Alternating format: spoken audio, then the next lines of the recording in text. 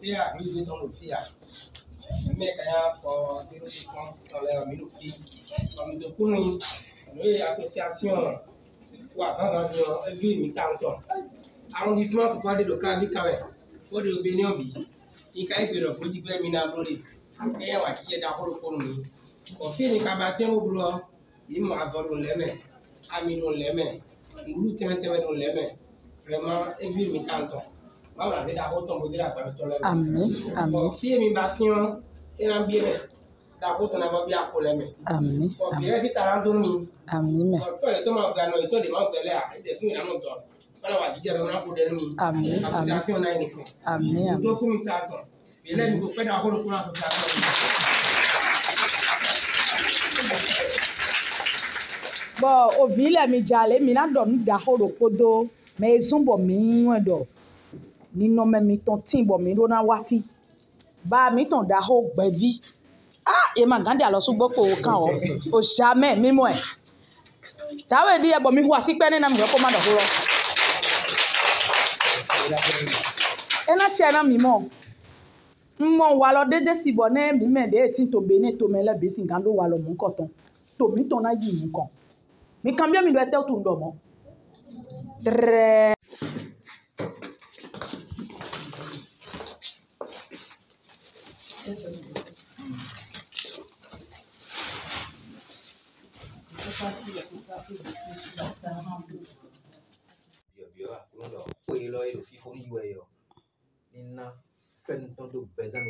Amen. Amen. On a fait nous tondo au mais on va mettre le fil bon après on va mettre yo ni con on a tondo eji Amen. Et voilà donc bon nous mais on boisson nous mais azo de bouillant basa meton bogolo dodo le azo de bouillant gbigbo meton bon dodo le matin si mo ene le ya azo de bouillant ayi ha meton ma o mi ton bo azo ene le mi do kaneji o di ni do ekun azo e wa mi de yo e azo pe bi yo lo ma o da gwa lo mi Amen. mais mo mi de file yo azo ton bi na gbo Amen. je suis comme Amen. mon fils il do gbe to me on e yo no yin Albert Capo ya to fo nu ta mi ton nous plomb me ko gbasa ton ko gbasa re ko ndo deme no sun le ton diyan Avocat ouais mais. ne bo yin hun je do nu le jito mi mo fenwe ma oblu nu mi de subo mi wa fi e home fi wa mi ton na nu ganji yo me susu je hayo me ne we no sojuna mi to pe na plomb pe to desu nu funfun to e jodu mi mo mi de lo pe e lo gbegbe do me mra iso le bi fun to kuni o gun fi me zero pe lo nu le yo mi do gbe nu gan e pe azanu pe lo e we gan bodo gan o ton le me go ni boy no aso do pe lo nu le so mi no pe nu do pe lo wo bon alors que yes c'est qui est sous la tutelle du ministère de l'eau et des mines au Bénin. Je suis l'un des membres de l'association Nous plombons Kobassa. Ce geste que nous venons de faire n'est que une entrée en matière, le commencement de toutes choses, parce que le Seigneur nous a mis à cœur d'aider les pauvres, d'aider les démunis, les orphelins, les malades mentaux, tous ceux qui auront besoin de notre assistance et le soutien que nous leur venons en aide. Et à l'instant, ce dimanche 12 décembre 2021, que nous sommes ici, c'est pour faire l'œuvre de Dieu. C'est la volonté de Dieu que nous sommes venus faire, pour mettre de la joie au cœur de nos frères qui sont dans ce centre.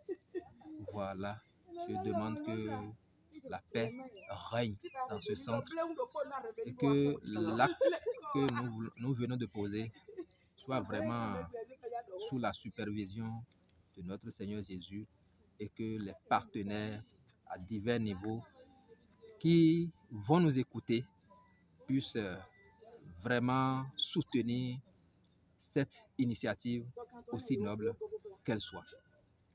Que la grâce de Dieu nous accompagne. Merci. Ici, nous sommes au projet Serma. Projet Serma. Serma du professeur Aïe René Galbert. Okay. Et toutes nos excuses. L'œuvre que vous venez de faire, ça se fait chaque mois, chaque année ou c'est une fois par an? Santé.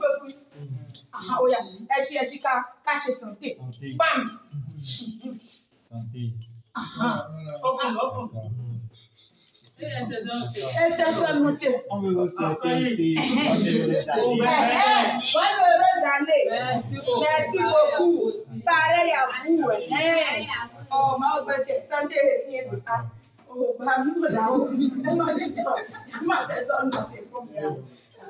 Santé boy.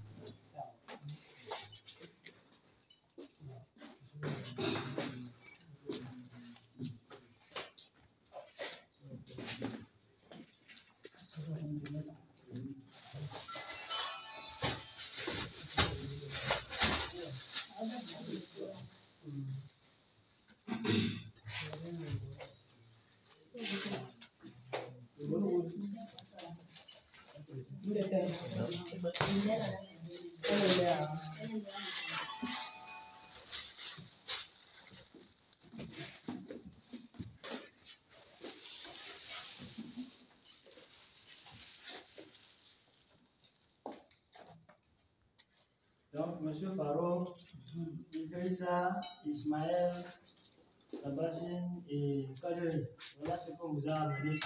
Petite chose. Vous êtes content? Oui, c'est beaucoup de choses. Oui, c'est beaucoup. C'est beaucoup de choses. C'est beaucoup de choses, non? Oui. Et non petit. Merci beaucoup. Ah, oncle là. C'est oncle. C'est oncle. Ah, c'est mon oncle. Ça c'est mon oncle. Oncle, tu es. Mon oncle. Bonsoir, oncle. Respectivement.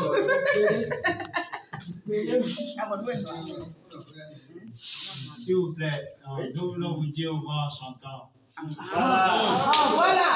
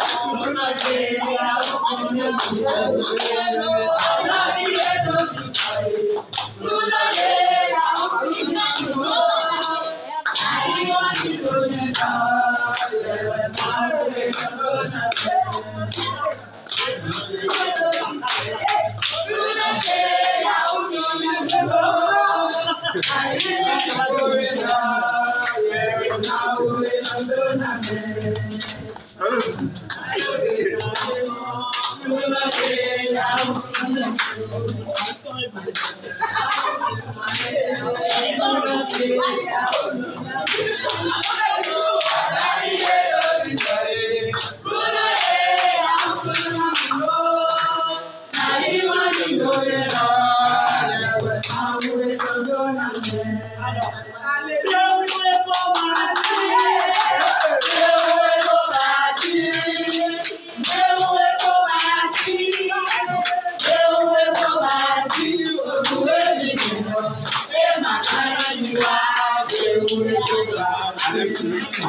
tu vas chanter.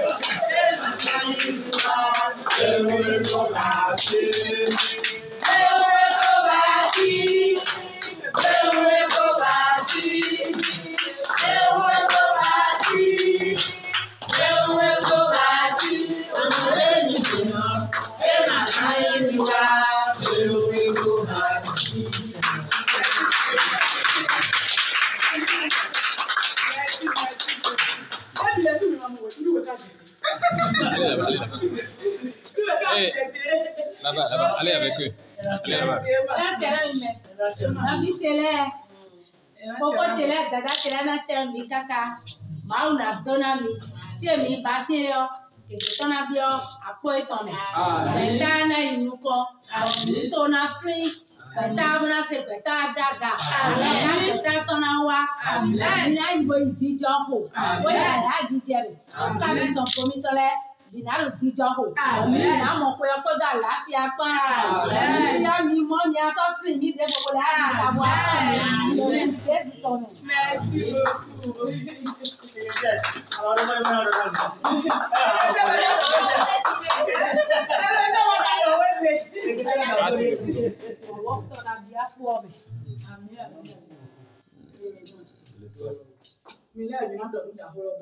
Merci beaucoup.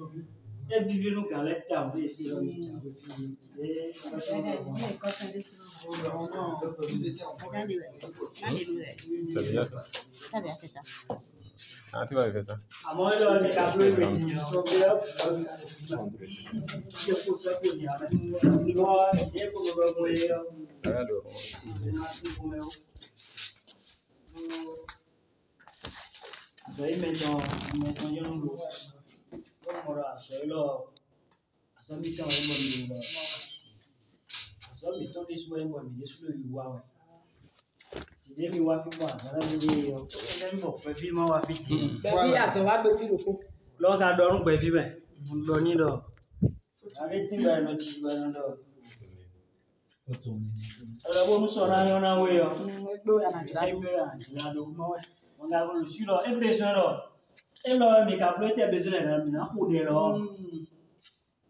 Je vous jure.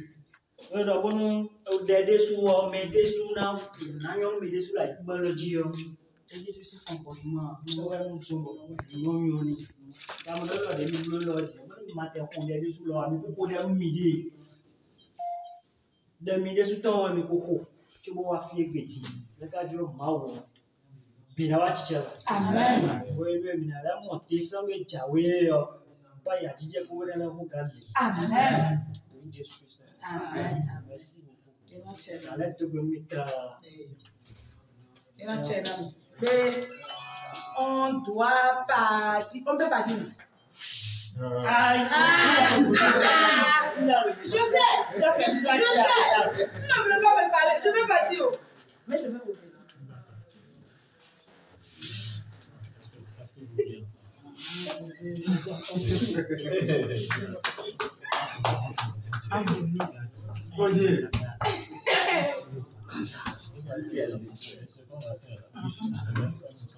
Voilà. C'est une émission où vous voulez faire. Non.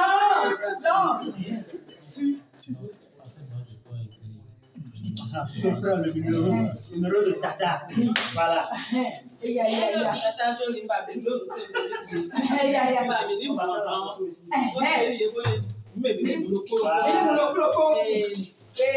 On va boire notre santé. Santé. Oh, ils nous copains.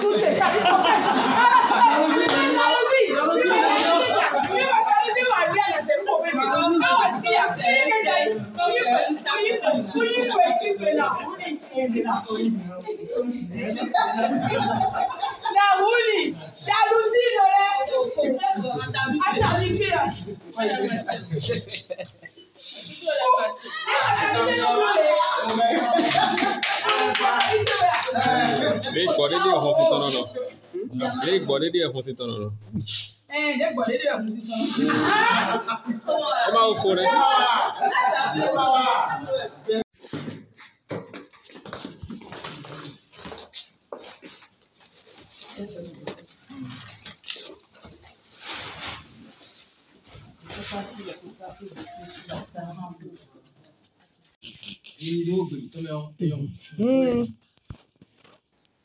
No yin Albert Capo. Ya to fo nu. So ta mi ton no me ko gbasa ton. Ko gbasa re ko. Ndo deme no sun leton din yo. Avocat ouais mais. Ne. Bo yin hunje do no legito. Et moi, Fenway, ma oublié non mi de subo mi wa fi e home. Fi wa mi ton nanu ganji yo. Me susu je khay yo. Me ne we no sojuna. Mi to pe na kulon pe to desu. Nu fun to e jodu mi. Mo mi de lo. Pe e lo be do me mla iso le mi e fun. To kuni. Bon fi mais zero ko ilo nu le yo mi do gbenu gan e ko azanu ko ilo e we gan bodo gan o ton le me goni boy no aso do ko ilo nu le so mi no pe mo do ko ilo wo mo alogo yes se bio akuro do ko ilo e do fi fo ni we yo nina fenu ton do beza mi ton di Amen. ona fenu ton do o me mo wa mi do fi no poha mi le yo ni kon na ton do eji Amen. e wa no do gbonu me e wa no bo aso nu me aso de bu yin agbasa meton bo glo do to le aso de bu yin gbigbo meton o to le ma tere si mo ine le ya aso de bu yin ayi ha meton ma o mi ton gbo aso ine le mi mi do kaneji o di ni do e ku aso e wa mi de yo e aso pe bi yo lo ma o da gwa lo mi Amen. Mais moi, je défile à son temps binagbo. Amen. Je suis comme mon fils. Bonjour chez nous. Bonjour. Bonjour chez nous. Bonjour. Et le bonjour chez vous. Voilà. Ici, là, c'est chez vous. Voilà. Je sais que le Seigneur nous aime beaucoup. Vous savez ça, non? Oui. Voilà. Si le Seigneur nous aime, c'est la preuve de ce matin. Donc, je m'appelle Albert Capo. Vous me voyez ici, représentant et membre du groupe association Nous Plombons Meko Bassa, qui a pour rôle de donner le conseil au foyer. Comment faire pour qu'il y ait la paix dans les foyers au sein du groupe. Et nous sommes ici ce matin pour apporter la joie au cœur de nos grands frères, de nos frères, de nos papas. Je sais que ici, le Seigneur Jésus est avec vous. Le Seigneur est avec vous. Vous savez, il n'y a pas de mal qui ne soit possible à notre Dieu. Quel que soit ce que nous souffrons dans notre corps, dans notre esprit, le Seigneur est maître de toute maladie et lui seul guérit toute maladie. Donc, je demande à mes frères, je demande à mes papas qui sont ici de ne pas avoir peur. Le Seigneur est dans votre barque. Le Seigneur est avec vous. Amen. Et il saura prendre soin de vous. Il a mis des gens autour de vous pour les guider. Parce que c'est lui seul qui guide. Il a dit que s'il ne surveille une maison, aucun homme ne peut la surveiller. C'est lui qui prend soin de cette maison, là où vous êtes, là où nous sommes actuellement. C'est lui qui permet que moi je me mette devant vous pour parler. Sinon, Moi, Albert Capo, je ne suis rien. Hein?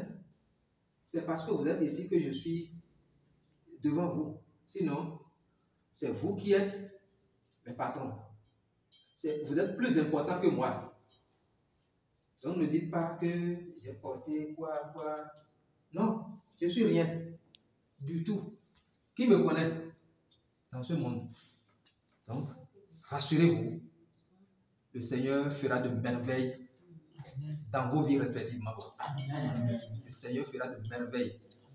Et vous allez témoigner. Croyez en Dieu. Croyez en Dieu.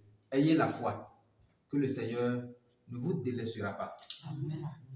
C'est pour cela que je veux prier. Seigneur, grand Dieu, grand roi, je te remercie. Je te rends toute la gloire. La gloire à toi et à toi seul. L'honneur à toi et à toi seul. L'élévation à toi et à toi seul. Grand Dieu, grand roi. Toi qui es Alpha. Toi qui es Oméga. Toi qui as créé ces âmes qui sont ici. Seigneur, je te dis infiniment merci. Simplement merci parce que tu es avec eux. Merci parce que tu les as encore réveillés aujourd'hui sains et saufs. Seigneur, ce matin, tu permets que le groupe, l'association humanitaire, nous plombons Rokbassa, débarque sur ce lieu.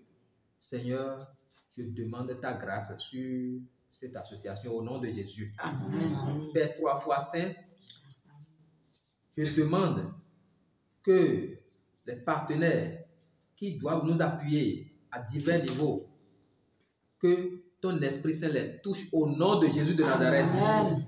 Seigneur, je demande que la présidente et ses collaborateurs soient protégés par ton Esprit au nom de Jésus. Amen. Quels que soient les envoûtements, quelles que soient les attaques de l'Est, de l'Ouest, du Nord au Sud, Père, qu'ils soient vaincus au nom de Jésus. Amen.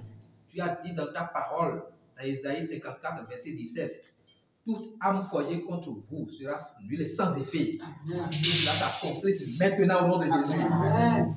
Seigneur, dans Exode 14, 14, tu as dit, je combattrai pour vous, mais vous gardez le silence. Seigneur, que cette promesse s'accomplisse sur la vie de nous. Au nom de Jésus. Père, tes enfants que tu as ici, les âmes que tu as ici, je les remets entre tes mains. Je les plonge dans ton sang. Rien n'est impossible à toi. Toute guérison, c'est grâce à toi. C'est pourquoi je demande que tu accordes la guérison à chaque personne au nom de Jésus. Amen.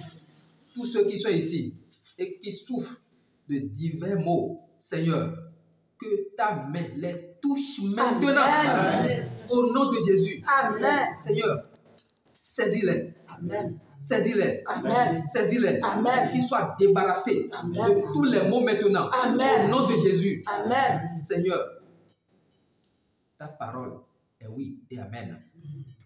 Que cela s'accomplisse maintenant. Amen. Sur la vie de mes frères. Amen. Sur la vie de mes grands frères. Amen. Sur la vie de mes papas ici. Amen. Seigneur, je demande que ta grâce surabonde les dirigeants de cette maison, de ce centre, au nom de Jésus. Amen. Que ta miséricorde les surabonde au nom de Jésus. Amen. Père, que les familles respectives qui ont laissé leur famille, ceux qui sont venus ici et ont laissé leur famille, Seigneur, que tu jettes de regard favorable au nom de Jésus. Amen. Ceux qui vont en vouloir à l'un quelconque de ceux qui sont ici ou de nos familles respectives, Seigneur, que ton armée céleste les saisisse maintenant. Amen. Que ton armée céleste les saisisse maintenant. Amen. Que ton armée céleste les saisisse maintenant. Amen. Père, tu es le seul garant de cette maison. Prends contrôle. Amen. Prends contrôle. Amen. Prends encore contrôle. Amen. Pour la seule gloire de ton nom. Amen. Merci pour la gloire de ton nom. J'ai prié. Amen.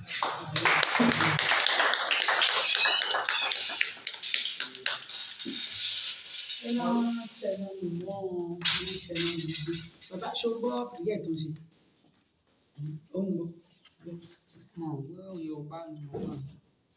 Ò wá gbọ́ nǹkan kan àmọ́ mo gbọ́ pé o ti sọ àmì ṣáó sọ àmín àmín ó ti sọ gbogbo ẹ̀ gbogbo pèríyà tó ń ṣe níbí ni ó ti sọ àmín ó ti dá tó ṣe gan-an ṣùgbọ́n ṣé gbàtà wá bí inú ẹ̀ dùn dáadáa ó dàbí àǹgílẹ̀ wà bí kàbí àǹgílẹ̀ lọ. Good morning o. How are you? You fine? You dey very. Hey, you was very good. Hey, very. Hey, you was very. Hey, no, Nigeria, kàbí Niger. Nigeria, ilẹ̀ Nigeria, okay. Mehele Niger. Benin ló àwọn ẹ̀mẹ̀ yìí. Don domi to it. Ma mi ò yẹ wọn pẹ̀tọ́ mi tó wẹ̀ wọ̀. Mi ò wọ̀ pẹ̀tẹ́ra. Mẹ̀lẹ́ ìtọ́wọ́ yìí. Niger. Ẹni dà kú náà ló kàbí àlàáfíà.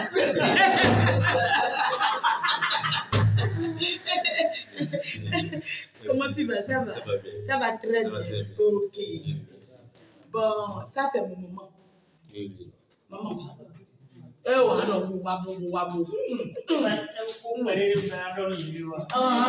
ó pẹ̀lú. Ça c'est ma mère ça. Ça c'est le la mettre au monde. Oui. Regarde comment elle est grande. Non. Je suis sa fille. Vous allez tous bien nous. D'accord. Tu es avec vous tous. Elle est venue vous rendre visite. Vous dites bonjour. De temps en temps, on va passer vous voir. Et vous allez nous dire vos préoccupations, ce que vous voulez. On est ensemble. C'est la famille. D'accord? Elle va faire le camp. Elle m'a sauvé. Elle va faire le camp. Elle m'a sauvé. Elle dit des familles qui n'ont pas. D'accord? Qui n'ont pas. D'accord? On est ensemble. On est juste venu. Vous voulez me dire quelque chose, non? Merci beaucoup. Tu ne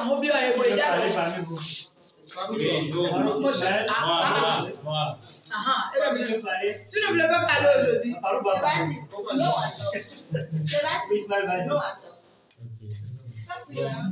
Bonne arrivée à tout le monde. Merci.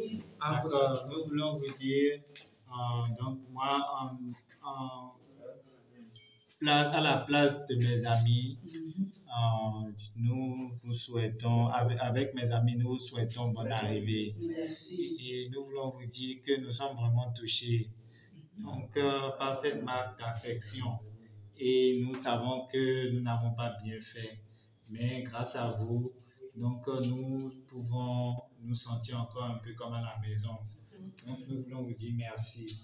Donc c'est quand même touchant et nous voulions vous dire ça. Donc, nous voulions que nous soyons tous dans la fête, au moins pour aujourd'hui. Et que aujourd'hui soit différent de tous les autres jours.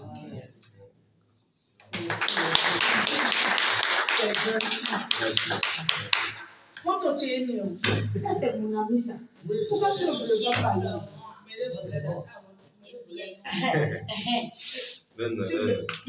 Il a déjà parlé pour nous. Mais il y a mon ami ici. Il a déjà parlé pour nous. Lequel? Oui. Depuis, il a déjà 3 jours, 4 jours. Là, il dit, monsieur le psycho, mais la dame là qui dit qu'elle va venir ici, il faut qu'elle vienne. Et puis je suis là maintenant, tu ne voulais pas parler. Ok, je vais parler. Soyez les bienvenus. Merci.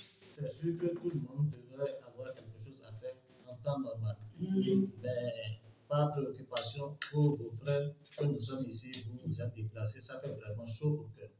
Merci d'être venus. Et je ne serai pas trop long, que ceux qui sont venus pour nous repartent au sein de leur foyer dans de bonnes conditions. Amen. Amen. Je finis là. Merci. C'est bon.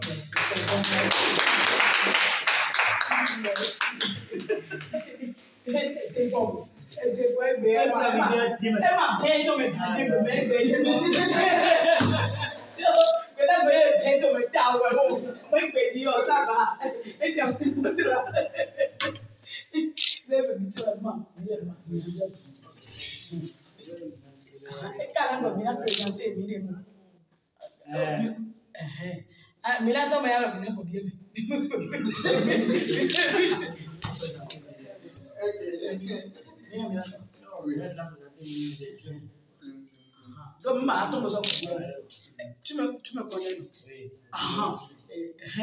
Me présenter mi même moi mi dormi alors bien. Me présenter mi demo. Mi dewa. Ah, uji inja fofo. Mi na be mi lo le. Fia, mi di ton fia. Me kaya for di kon dans les minutes qui. Comme de kunu, nous association wa dans église mi tanton. Arrondissement pour parler de Kavi Kawe. Pour le Bénin bi. Il ka ebe ro pour jigbe mi na lori. E wa ki da horo ko nu. O fi ni ka ba te mo bro. Yi mo avoro leme. Ami no leme. Ngulu teme no leme. Vraiment église mi tanton. Ma wa da ho ton bo dira pa to leme. Amen. Amen. Fi mi ba fion e na bi e da ho ton na ba bi akole me. Amen. O bi e ti tarando mi. Amen. O to e to ma ga no e to de ma tele a e de fi na no to. Amen. Amen. Amen.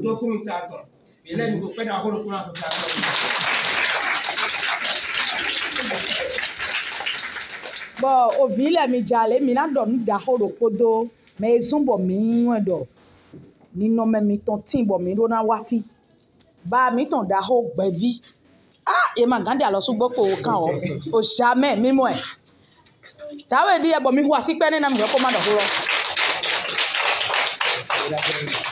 ena chena mi mo wa lo dede si bo ne mi me de tin to be ne to me le bi sin gando wa lo mu nkoton to mi ton na yi nkan mi kan bi mi do ete to ndo mo tre nyɔnu wòlate nyɔnuletɔ wòlate sunletɔ wòta fege ero wòta yi ne le gblɔ yi bi fi wòanɔ wòta alɔdokpɔ wòwa fiegbe oblo wòna gbɔlɔ nu vi mitɔ lɛ tɔtsi ɔbi nɔtsi ɔbi lɛ maɖo ganɔ lɛ wòna do vivi nu yie bɔ yie lɔ mɔ yina se kpeyɔsi vivi ewa zɔn bɔ mi hɛn nu kpɛɖekpɛɖe elɔ lɛ alɔ mɛ wodo zedo alɔ vi emo mi de lɛ etɔ mɛ wonu mawu gbɛdɔtɔ likɔ atiɛ de dzi wonu mɛɛdo fide wona se xɔ le ŋkɔtɔ lɛ wona mɔ yɛ le ŋkɔtɔ lɛ yeni tun dɔ gbɛdza le ŋkɔtɔ edzɔ wona ʋu donu yetɔ do wɛ wona lɔgɔ etɔ ba wɛ. Wona do resɔ vi ema do gan lɛ ye vi ema do tɔ alɛ ye vi ema do nɔ alɛ ye wonu mawu gbɛdɔ de su ena nɔ kpɔxa dokodoko vi lɛ tɔ ena tɛ mi. Mi fi yɔ mi hu gan nu bi mɛ fi hu gan mi ya nu ehu gan mi yɔ wɛ yi dɔ me wa gbɛ mɛ dze nkun bi bɔ mi mo dɔ emi sɛ kɔ me ye lɔ ehe na me mi tɔn me yi yɔ ehu gan mi. Bɛɛde me wo de bɛɛ no hu kan me tsobo ado yi pe kwa mo do wa ton ekubulete ekunyo tsobo na pe do ablo dede e me ma si we ka ijrebe ya ablo dede mo na se we le lesi ututo boni eni ma ko ba software o ton fi de bu de gbeto de ro pe le fi ai to do na do te be na do bi for pe do ni ma o ton ado bi for pe do ni ma o ton ne yo ya oni to ya no e uve onyi to ya me bi na bo te do ya jiwe we ado pe do do ai to mi o efo ado ni ko a aka so do me de to pon we a to pe ti de do asi to yo e pere me di odo 1000 francs me di odo 500 e ne 500 bo ton le ado mi o e na wa nu jo mu me do 1000 francs pe to he na se a chaki wo ro te bo we ado kun ene to e na blo ndu e je fi de na do ah nu pwede ne lo je we akowe doji mo a me di o nu eso e go e ye he achaki wo bo e to ma doji a e gbigbo ko yi to boro sana e na so bo pe o e na doji wa ti to mo to pe ye no le ado apon to le do a to e ato pe ma kuro le jo ma wa to a check to e oji nwe we so bo e te don me ti un gan mi a doji obi no chi obi e phone ya oga wu mi bo mi ma do mo aya pa mi to le ma do mo aya e we so bo mi na aliji bonado amomele buo ado nam madu amomele buo ado tata pardon nam tata kekle povero sisile ado moblu ado chance to sale do atume ajai pe wena na we poa eheo ena ikigo pero wenu no poa no na we me no ko intention du eno na mendo donc ada to ki bo pe bo akuno ko vesili me asize pe mi bo ko na go president cheo se me o pe mi e we na bi o chuo me ona na we en même temps me o pe we o bi bo ko do right ko e lo e do besoin mais for when you no ko go don't for me as a touch your of your aim for nia jesu na no ko ha me amen merci mi mo pare na mi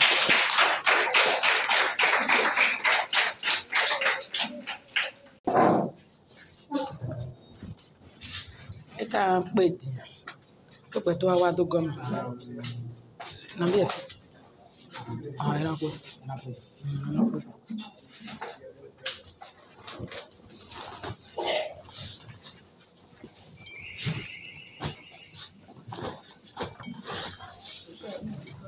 je même du sortant et là il y a ça ayeje kon Jésus aussi ne me na blo ne me gosi amisa le o ina wa konche amisa pass mi don ri amisa o ganche ni apatu ere o ganche daho bi lo di amo yedi le wo po gba bi po yedi le ta we mo amo so ni ga oui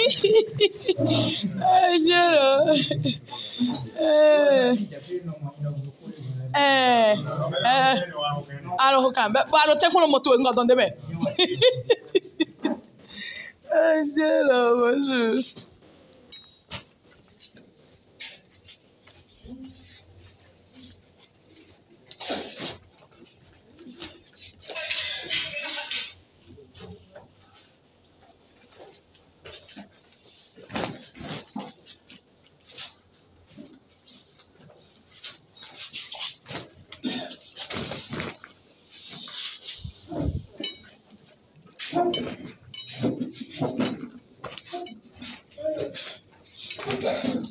Mama, muda mina mami.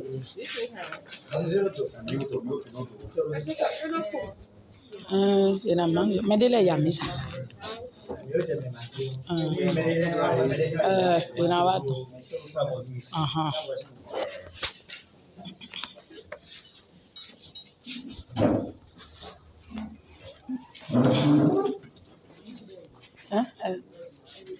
Mindote ni nomo. Mi mangi. Magba lo mi. Mais oui. Non, mais non.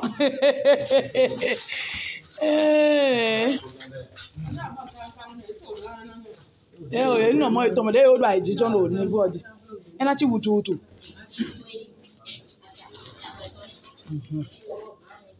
Aha.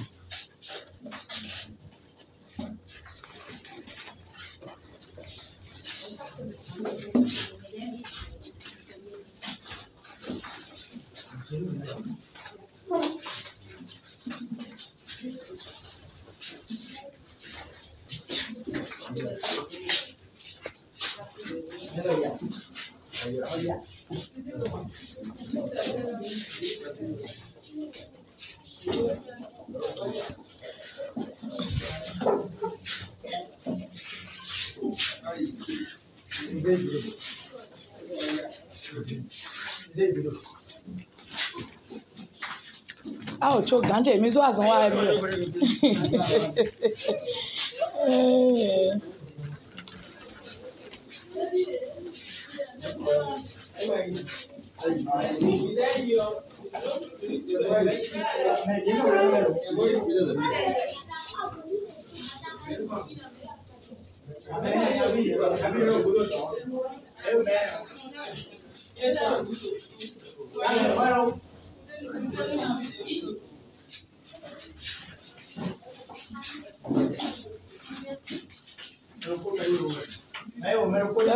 Mero pona iwe gbere a.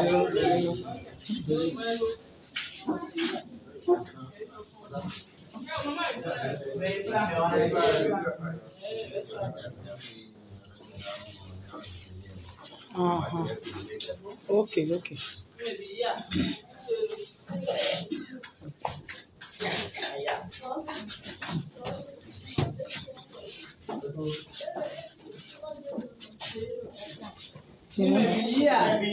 Ekpe minua. Meleli ma bakpo me.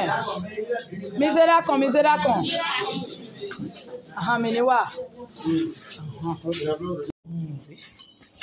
Abi, na do na fa, o salo na fa si tawa aí, pide a supa sin ko taba jere yo. Je fine on. Ilo rando ko yi we na mo je me. Sin betame. Nion, ka so betaro ko ti yo, ino fo. Nyawli mi ka ple moto no e tele mi ka mi na wa betame ton me. Ewe zombo lele do dalo toku jodo non jodo mais mettons des tableaux mettons gentile il a dalo yi il est so il a non beto me il est melo de bon no beto me lo yen et de sui ouais sombo ouais lo me on e kono blogon to de le me dai ouais lo me ilo fina blogo gro jigbe e ouais sombo mi wa fi o eme yo se se won do ko ko ni na mi wa fi mi mo nya de be da we ro fi yo fo je e kwa ro je mi a o ma le mo ko na bi e de mo ni we so ma e we mo e tin we ile do be so be ni mo e ro ra po do kapo albe mi de da il est pas au Aburi ka wo video. Ni bo le se. Ra ho le. Minamo. Dagbo sunku Delphine. Dagbo sunku Delphine. Mi kenkele meji de. Mi kenkele.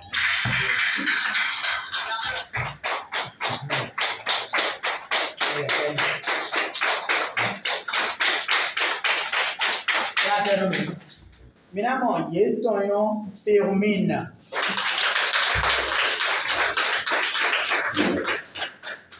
Le bassi Rosemonde.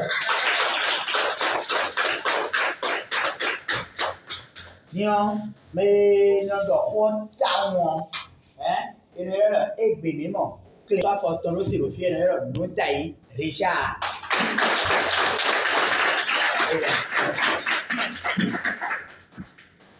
Dion, mi go infine on. Ndi wa so ma be play lo fie gbe. Mi na gbo bora na ko o na egbe mi mo Clementine ko ma ni si. E ma do ka be na ni si. E yo baba mi tun mi na yoro ko doctor che. Baba mi ton. Na ko capo Albert. Très bien. La mi ton. Mi le pene.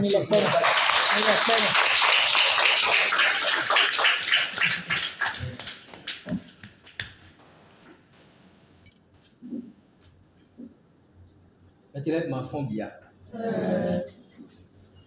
Où lève ma fond?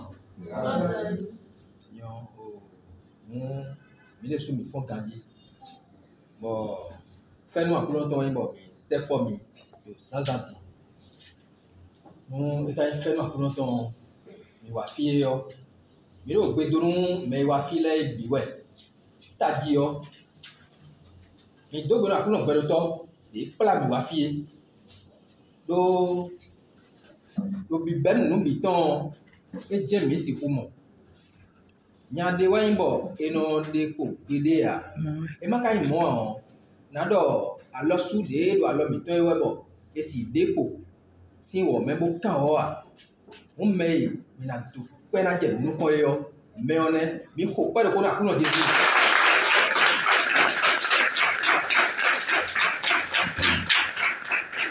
Bon, finalement, on a deux benus à Yeji, mi wayo.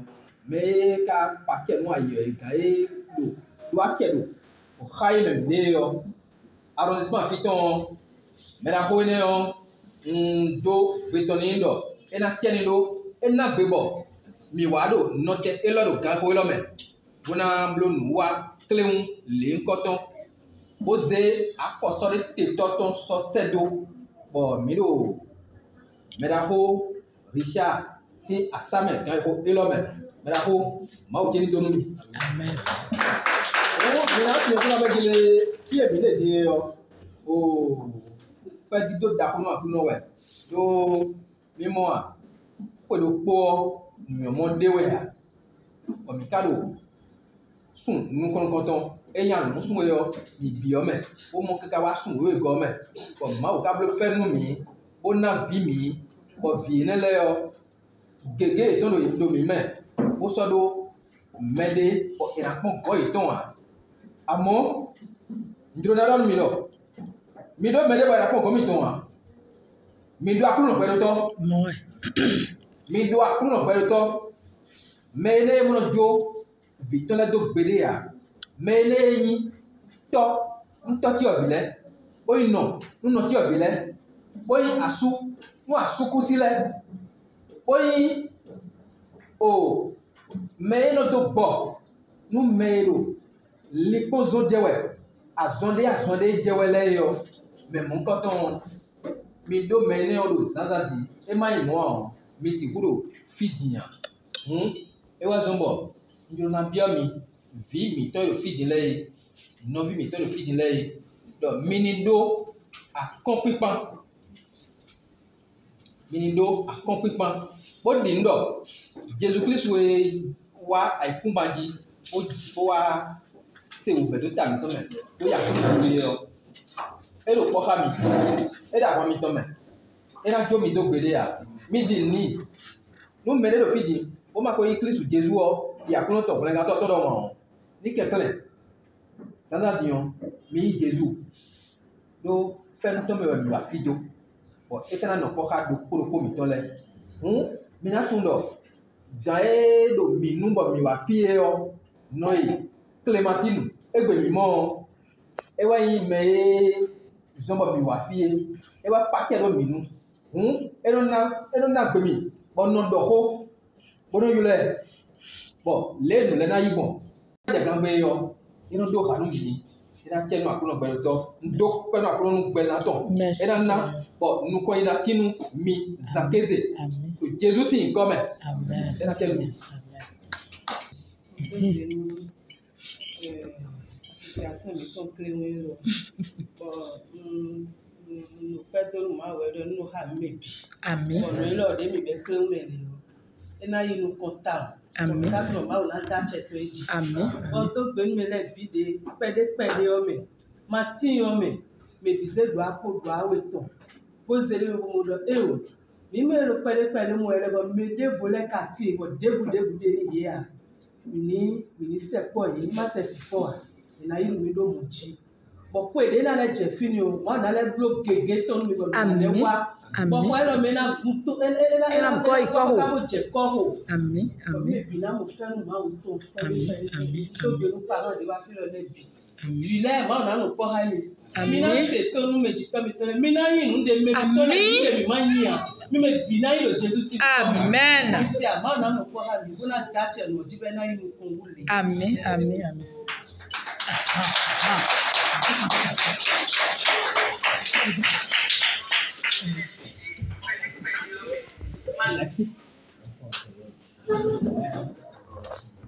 Nàìjíríà ní kúrò lèwe nù. Rosea ló yí gbé tán sí nǹkan mìíràn. Ndókònú association. Èèyàn. Ọ̀rọ̀ àìsẹ́nu. Tí a lè fún èrò jòrò, ó náà nù fẹ́ káàmì gán lọ mẹ́. Bọ́ẹ̀ wá sí ìjìjà mẹ́ dàkóròkò kàtún wáyé rẹ̀. Bọ̀ẹ̀ wá gídò. Fí èyí lọ mi rọ̀. Kan fẹ́ èrè níta yìí. Iná tó ń ké mẹ́. Ó yìí nà kọ́ ha bí ọ̀fìn náà ló yí gbé tán. Pẹ̀tà. Loporo emina na eji akpata mi no representer mi do fine le nkan ton non dokun mi o dokun me wa file tete o do iwe bro e zama dian nda koroko o ma o gbero to na do ateji ton Àmín. Bo fi mi en sin ó jàdí gbòdò bí ọ làkó tọ́nà bí ọ àkọlẹ̀ mọ̀. Àmín. Àmì náà bọ̀ sí àmì kámẹ́rà. Àmín. Àmín. Ilé kan bọ̀ sí ní fi kámẹ́rà. Àmín. Àmín. Ilé mi dé nùgbọ́ bí sísẹ́dọ̀ àná mi máa gbẹ̀rù tọ́gbọ́n ìdájọ́ àtẹ̀jì. Àmín. Ọmọ náà fún tẹ̀wé máa ń gbòdò wẹ̀. Àmín. Bọ̀ fìlẹ́ rí fún ilé ìkódọ̀ gan ìmọ̀ akọ́nà ìkúndó mẹ́lẹ́ gbòó. Gbẹ̀tọ́ lẹ́ lò mí fún ẹ̀. Ọ̀tọ́ mi tó máa lò gbẹ̀yà lórí tó ń tó lò gbẹ̀yà. Mi tó lọ gbẹ̀tọ́ lẹ́ lò fi. Kó rẹ̀ náà sùn alẹ́ ká mi. Kó náà dé mi láre jí. Kaka bọ̀ ǹjẹ́ tó mi náà yìí ló sọ búlò. Wọ́n fẹ́ sẹ́ńtọ̀ àti sáwọn ǹjẹ́ tó lóye nàná mi jẹun mi náà dà. Wọ́ mi náà wà jíjẹ́ mi ò pé mi tó lẹ́gbẹ̀ẹ́. Kó náà da ìwọ̀n mú ká lọ mi tán lẹ́ ẹ̀mẹ́ mi tán ẹ̀dá pa mi tán lẹ́. Ìjókòó asosiasiyon bọ́dọ̀ asosiasiyon náà yìí nǹkan lè. Àmín. Àmín. Mi wá sílẹ̀ ọ ní alẹ́ kọ̀ yọ̀ pé gbè tó ga jí. Àmín. Àmín. Ìjókòó tán mi. Ena tell me kaka. Merci.